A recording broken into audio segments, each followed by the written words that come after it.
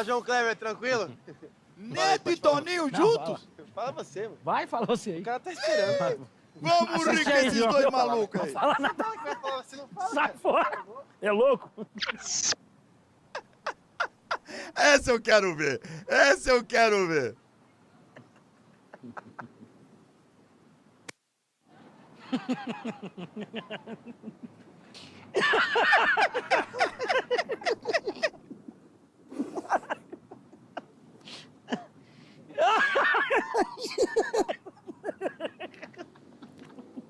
Tem algum palhaço aqui, irmão? Qual que foi, irmão? Olha lá. Agora, olha agora, olha agora.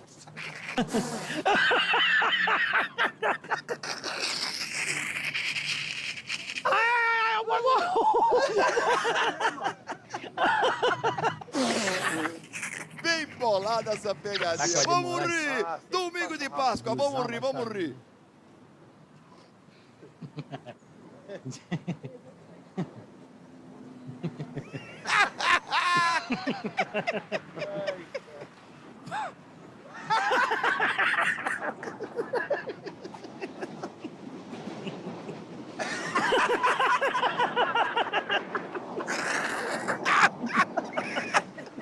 Algum problema?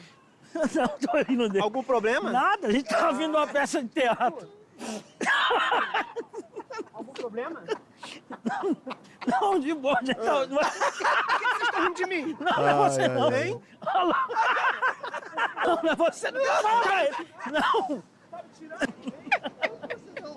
Beleza. Ai, vamos rir, vamos rir. Valeu.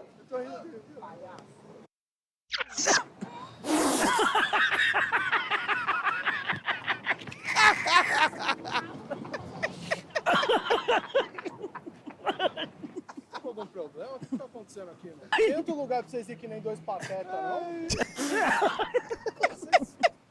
Você tá com algum problema? O que foi, irmão? Coração seu? Vai ser... Eu sei. Eu tô brincando, calma. Não. Fica de boa. Vai dar um rolê pra lá, Tá, velho. deixa a gente falar. Peraí, ô coração, deixa eu falar com você aí.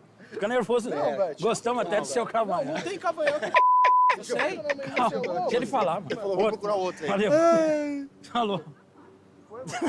Foi, mas você falou pra procurar outro.